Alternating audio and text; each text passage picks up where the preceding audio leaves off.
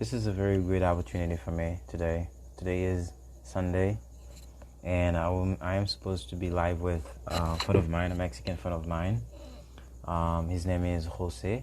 We planned to go live together today, but he actually didn't have the opportunity to be here with me. That's why I'm going to be live all by my own. So it doesn't matter, but I'm just gonna take care of that. So I have quite a few things that I definitely wanted to cover today. I have a lot of stuff that I'm going to cover, not only about I'm sorry guys, I'm just trying to fix the light here. All right, yeah, it's fixing. Not only that, I'm going to be talking about the usual thing that I basically talk about, but I'm going to be talking about some of the things that I wanted to tackle with him today, that we're going to tackle during the week, because basically it's holiday now. It's Christmas time. It's going to be Christmas Eve and Christmas Day soon, very soon, this coming week. So I just wanted to take this opportunity because I hope that everybody's fine. Everybody's doing fine, because this time, especially the Christmas time, it's a good opportunity for a lot of people just to be in their house with their family members. They're just enjoying the time. They're enjoying the what's happening, right? It's a great opportunity, right? And I just want to say to all of you, just a Merry Christmas, a wonderful and a warmful Christmas. And I just want to say that because not everybody, because here, I know that there are a lot of people, they don't believe in Christmas at all. They just believe that Christmas is a man-made thing that people use in order to do business, to make money, etc. Others believe that Christmas is a spiritual time. It's a given day. It's a given time. It's a given period, right, from the divine, that we need to take a lot of good care of, and we need to take it with respect and enjoy this moment, this particular moment with our family members and etc. But I think it's quite it's not easy, right? It's not easy for people to spend all this time, this year, especially not even in Haiti, but this year all around the world. The world has been in a chaotic situation, really. It's been a chaotic situation with the COVID-19. Like, everything is basically shut down. So schools, universities, hospitals, like, you name it. A lot of stuff happening all over the world. So I'm deeply moved by what's happening all around the world right now, and I hope that everybody is fine. I hope that people are going to find an opportunity, a way just to make it. It's not always obvious to do something like that. It's not always obvious because there are a lot of hardships, a lot of difficulties and obstacles to the thing that we just want to do in our lives, right? And it's difficult. So I'm not gonna be so Merry Christmas to everybody, for those who believe in Christmas and Christmas time. And I just want to say Merry Christmas to anybody who just think that, like, Christmas is a daily thing. It's not something that happened in a particular time and particular date, but it's something that happens every single day, right?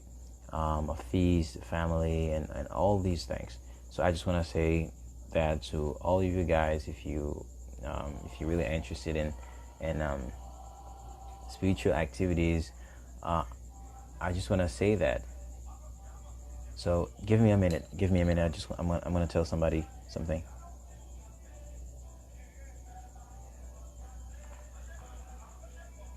Oh, I'm sorry. Which there? Ou ka foti desen volen tout petit mwen, s'il vous plaît. Oui, s'il vous plaît, tout petit. I'm my phone live today. Merci. Okay. So yeah, basically that's it. So it's not about the time that we are spending together. It's not about um it's not like Christmas is just an opportunity, and there isn't any other opportunities all around the world. So I guess that there are a lot of opportunities all around the world. Every day is an opportunity to make a better life. Every day is an opportunity to live up to your potential, right? And I just want to say that I think that it's quite obvious. It's quite important for all of us to that we begin to appreciate that this moment right now, right? It's not just Christmas, but the now, the present. Today we're going to be talking about that a lot today, but I think that we need to start by just apologizing and saying exactly what happened with the my friend that I said that I'm going to have a conversation with him, but he is out. Therefore, we're not going to have any conversation with him today. I want to be talking today in English. I'm sorry for those of you who speak only Haitian Creole or French. It's going to be a little bit difficult for you in order to understand the thing that we are going to say here. So basically, is that we're going to talk about spirituality a little bit. We're going to talk about spirituality, what we have to do in our lives. Basically, it's spirituality, and I'm going to be reading some poems from great writers from all around the world, like from England, the United States. I'm going to take some from Indian from the Indian culture, and I'm going to be taking others from other people as well. So I have a bunch of things I'm going to be reading today, and I hope you guys take care of that and just watch this little video that this is my new project, just trying to make some little videos, so that you can like, I don't know, just learn with me, just be here with me a little bit. Okay, it's not about languages. It's just about life. It's just about what we have to do in life in general, how we need to take care of it, and the importance of life in general, right? So I just want to start off with William Blake. So William Blake is an amazing English writer. He was born in 1757, died in 1828. By the age of 14, he had started to draw and write poetry. That's a very fantastic, a genius in poetry, in the English language. But the thing that I'm going to read about the poem that I'm going to read about William Blake's, which is a divine image, has something to do with it's a saying. It's not a saying. I would say it's a quote by Sir Francis Bacon. There's a link. I'm very passionate about, as you might know, about life. I'm very passionate about what it means to die, what it means to live, and from a common perspective. When you say you die, you basically, there is no life in this body. This is not what I mean when I say die, but something more than that. Yeah, something more than that. So I'm going to read the quote by Francis Bacon, Sir Francis Bacon. Then I'm going to talk a little bit about it. Then I'm going to read the poem written by William Blake. Then I'm going to get to the stuff, which is the spiritual stuff, right? So the first thing is the quote. This is a quote from Sir Francis Bacon. I'm going to read it to you guys.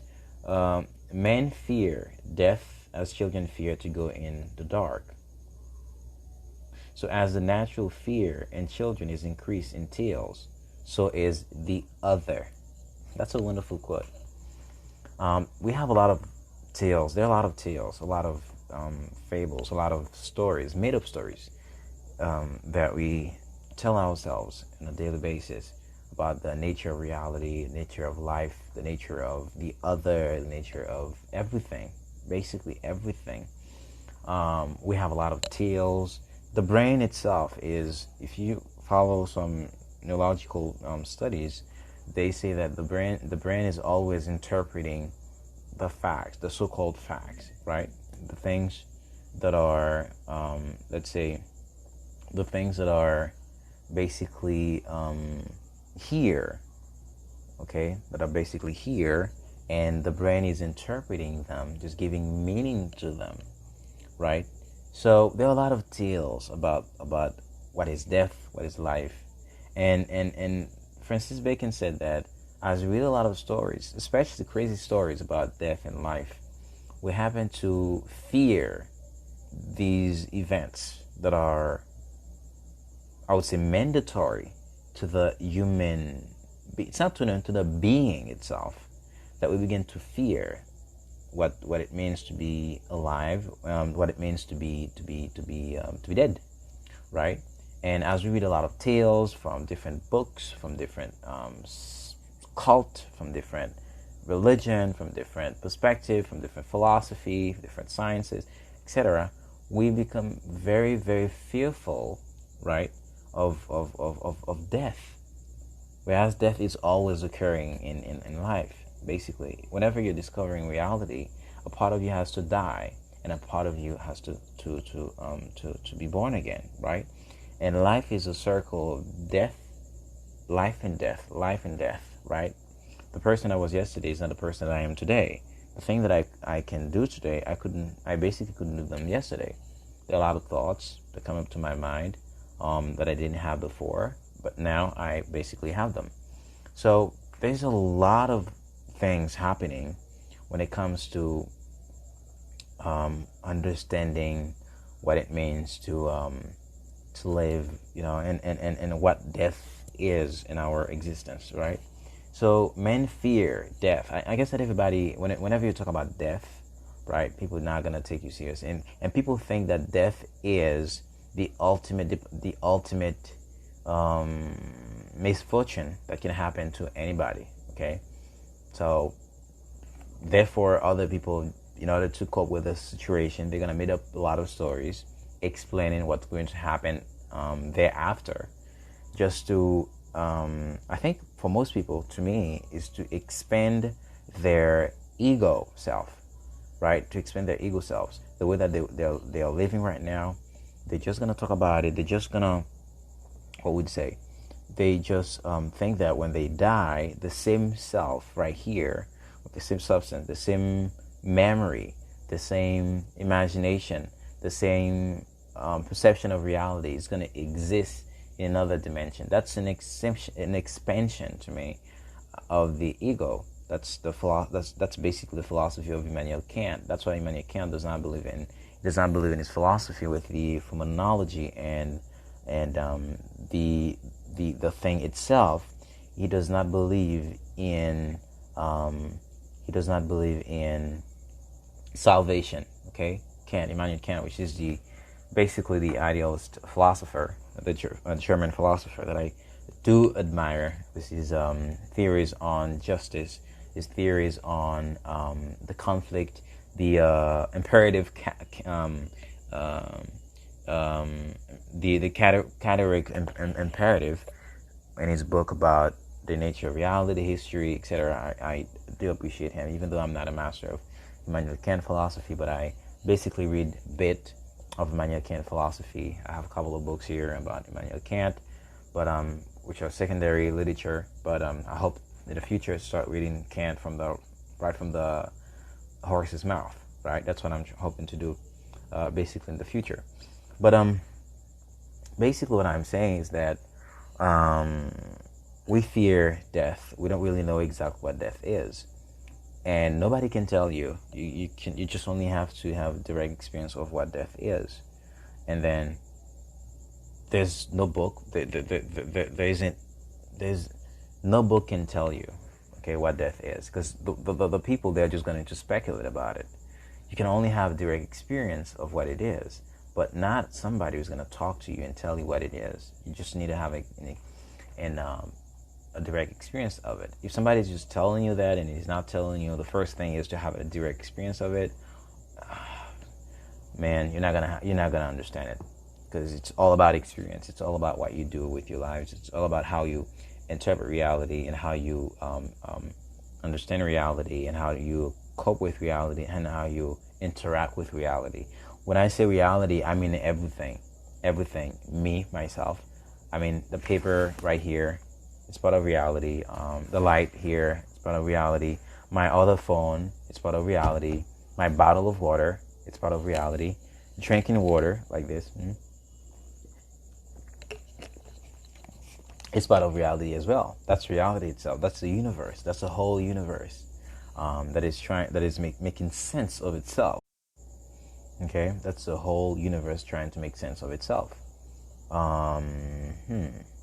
So would I have to?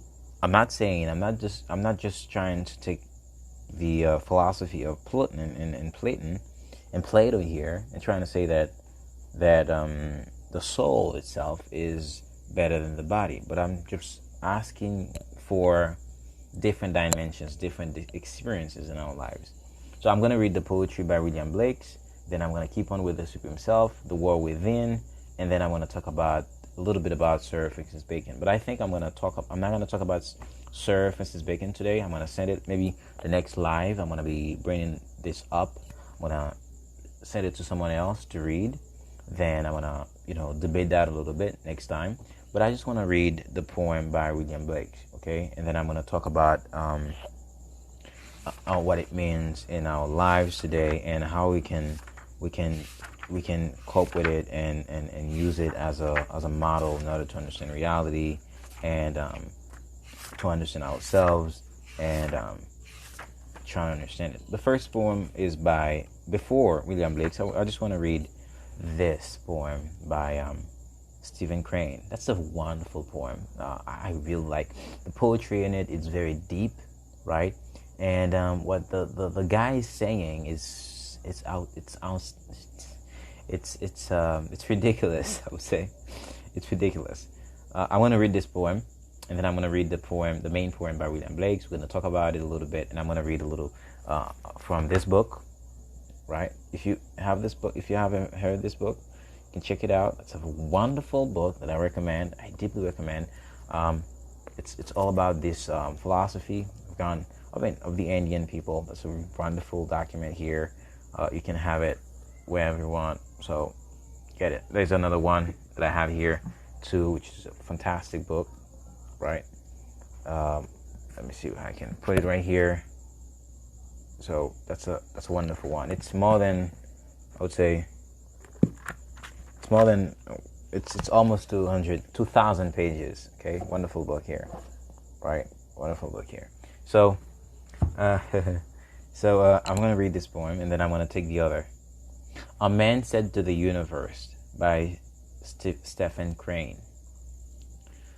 A man said to the universe, "Sir, I exist." However, replied the universe, the fact has not created in me a sense of obligation. You see that?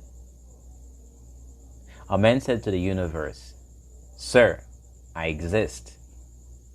However, replied the universe, the fact has not created in me a sense of obligation. What is the obligation of the universe? Do you think that the universe has an obligation to men? When I say men, it does not mean me as a as a male gender like person. I mean the mankind, the humankind, the species in general. So it includes women as well, children, etc. So yeah, that's a philosophical way of saying, the species.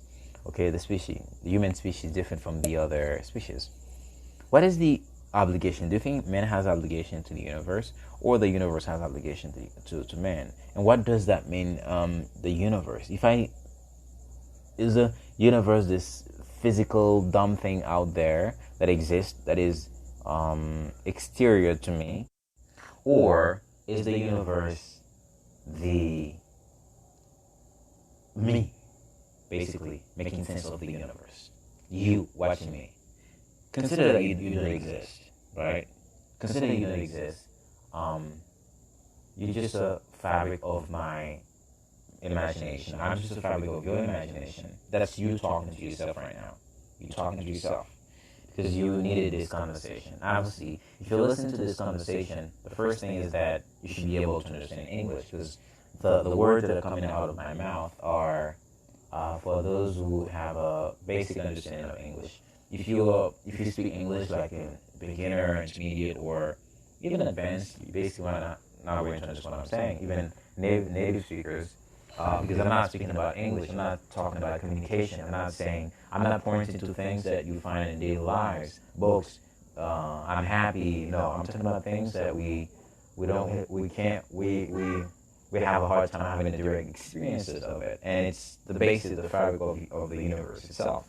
So you might be able to speak English, but you might not be able to read this book. You might not be able to delve into the spirituality journey.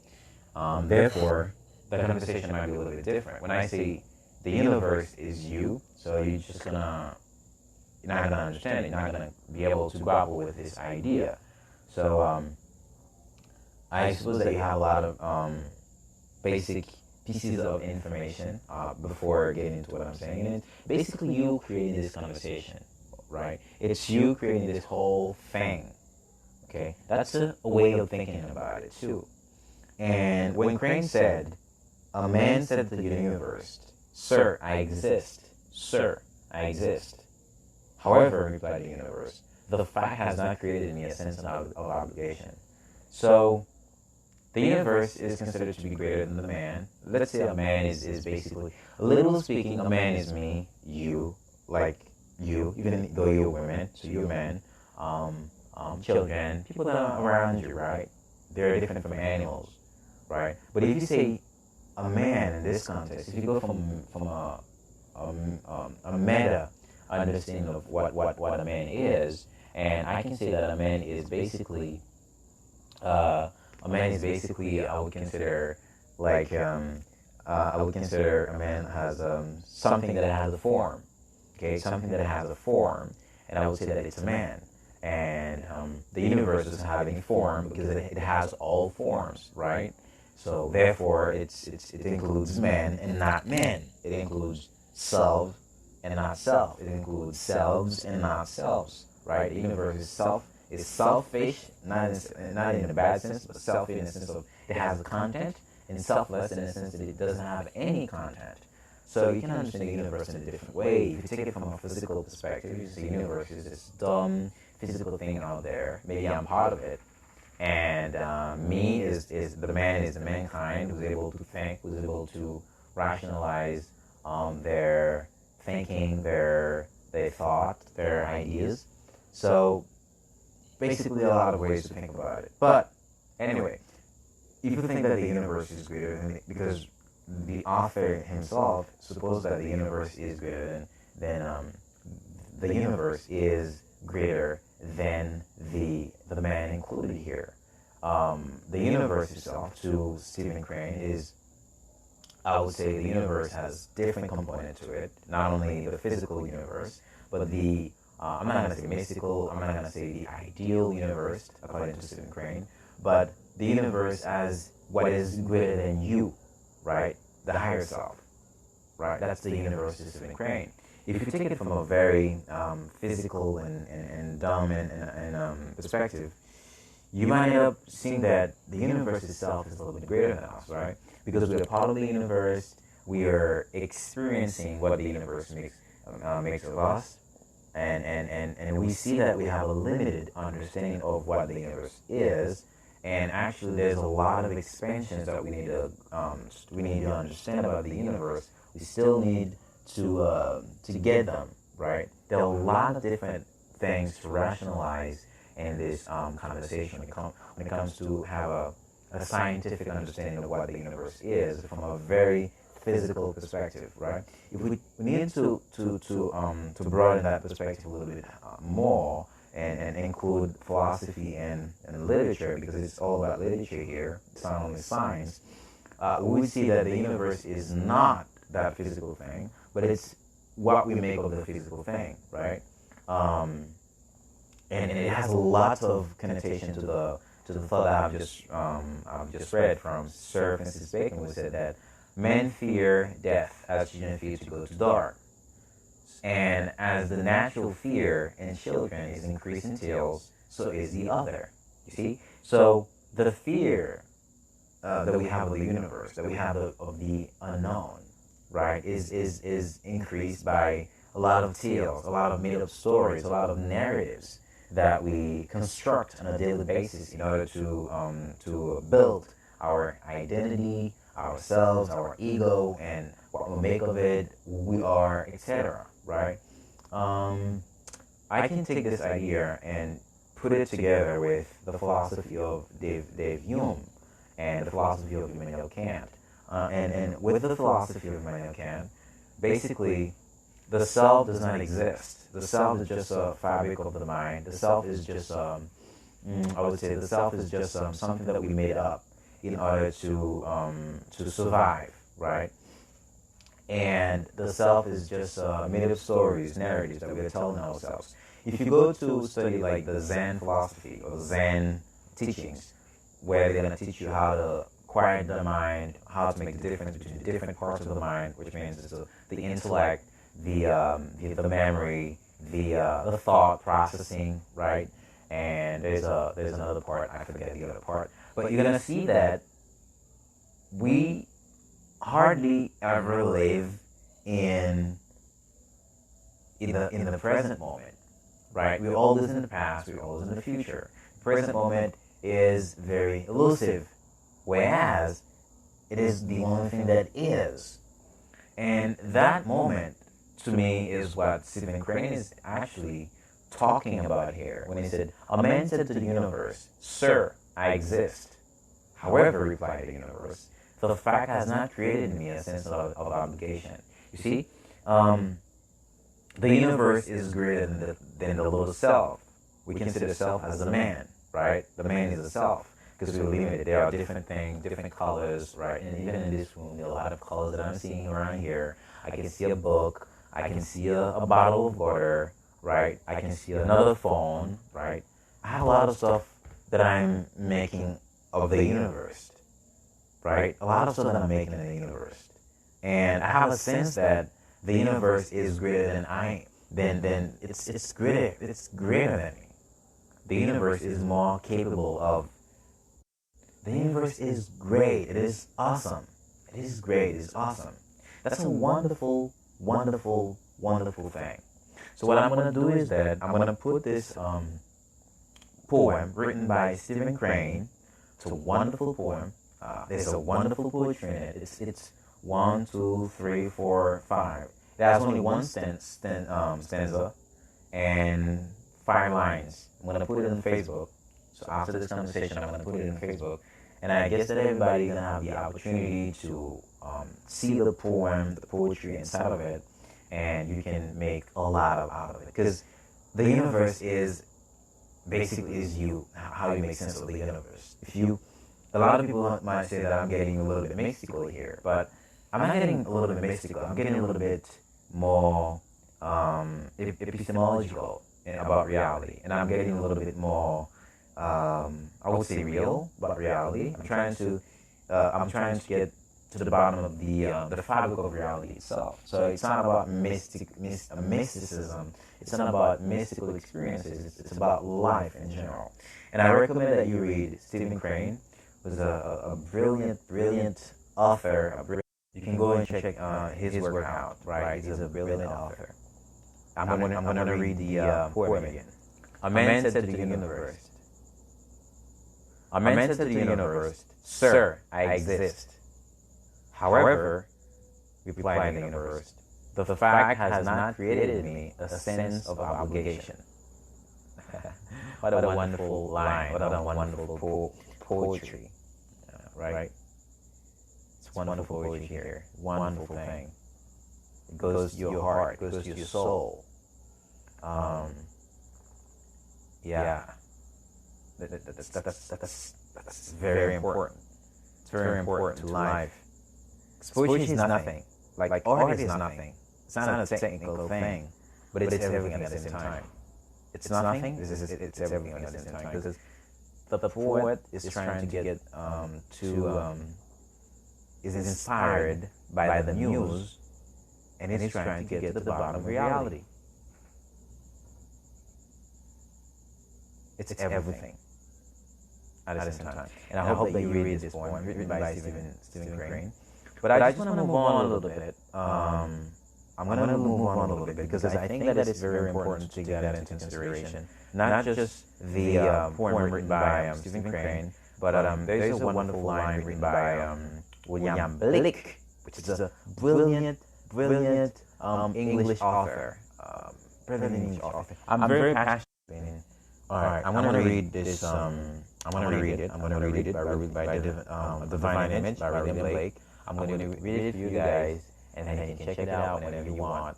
It's a wonderful thing. It's a wonderful piece of poetry. It has a lot of stuff, a lot of depth in it. William Blake, A Divine Image. Let me read it. It's very important.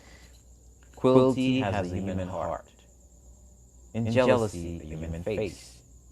Terror, the human form divine. In secrecy, the human dress. The human dress is forged iron. The human form of fear is forged. The human face of furnace sealed. The human heart, it's angry George. Wow. It's all about the human. It's all about what makes us human and not human at the same time. What does that mean, human? We're supposed to be the most rational being. We can rationalize everything about reality. Sometimes it can go to the extreme. I remember reading a philosophy of Jacques Rousseau in his book. I guess his book is the origin of inequality in society. Okay, the basis of inequality in society, and inequality in society, and the origin of it. Jacques Rousseau said that a lot of people think that reason is that we can live happy with when we're rationalizing things. Whereas Jacques Rousseau said that you can be a misologist. That means somebody who believes in reason is going to solve every problem. And he basically thinks that reason is not a product of, it's a product of civilization. It's what we call in ancient Greek the logo. Reason it's evolved throughout history and civilization, and reason is never stable. So reason is that's what makes the difference between reason and understanding. And he said that reason is the product of passion and emotion. So there's a great limit to reason, which has a lot of equal to my it has a lot of equal to my understanding of philosophy. But reason is not everything. Okay, reason is not everything, and reason is a mid product of the intellect. But I'm just going to read the poem again. And then next time, I guess the next live is going to be in Spanish. I'm sorry. When I talk to a friend of mine, a Mexican friend of mine, we're going to talk about a lot of these things, but it's going to be in Spanish. I don't have any limit. I guess I don't put a lot of any limit to any means of communication, like language itself.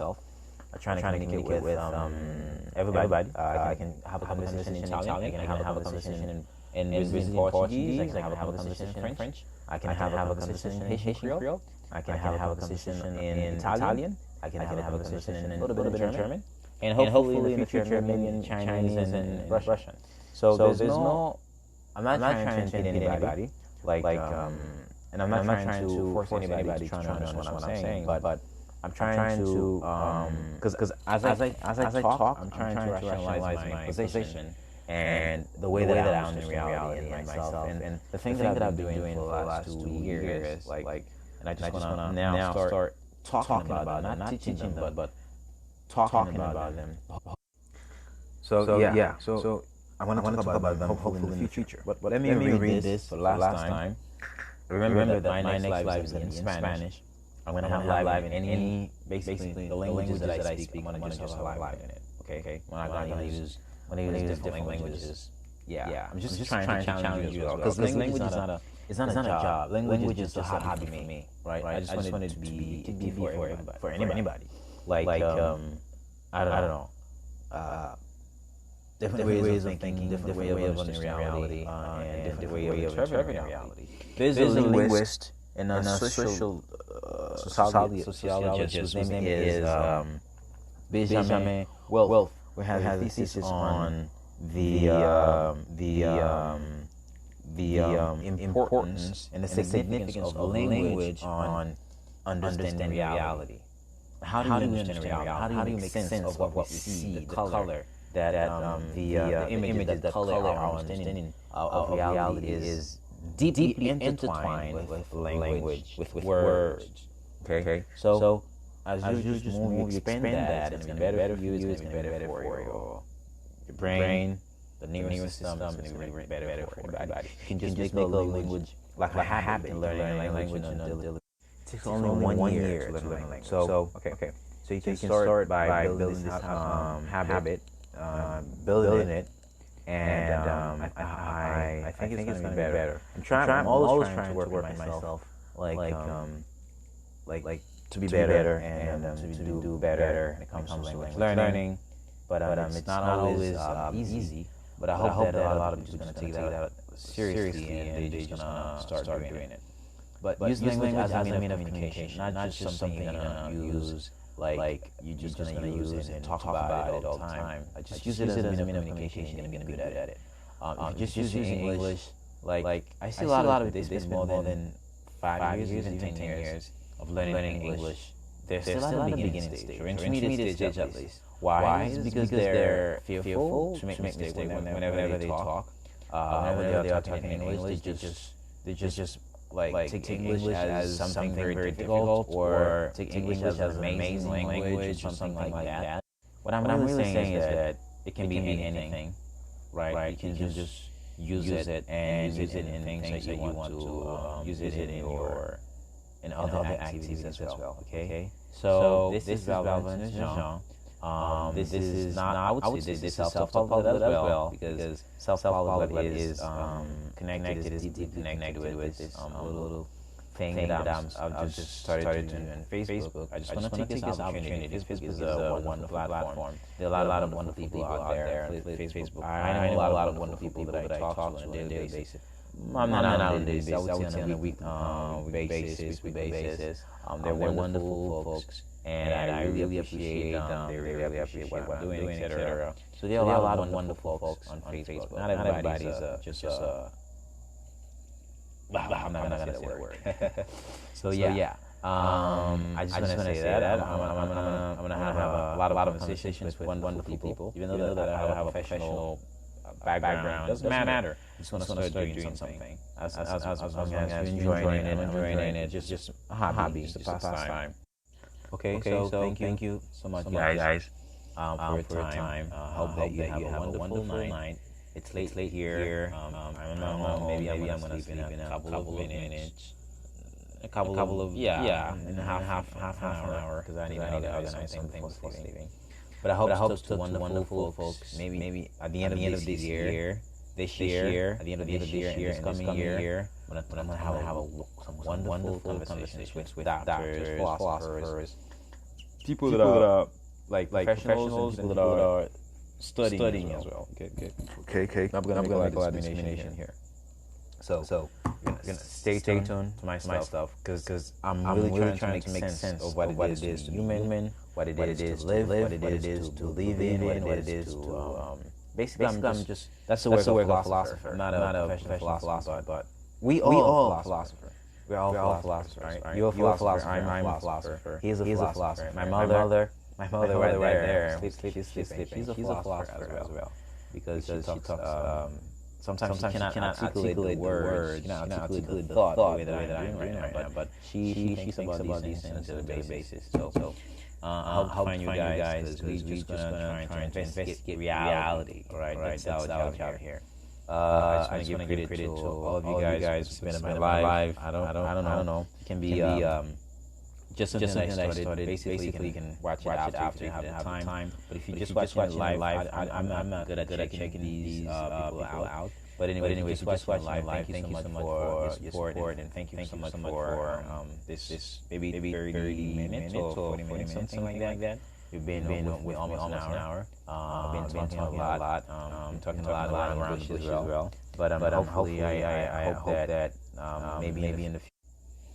Okay. So thank you so much. Bye. So yeah, take care. This is Self-Blood, Rob and Jean. And this is Sense Making Apparatus Podcast. All right. Thank you. Take care. Bye.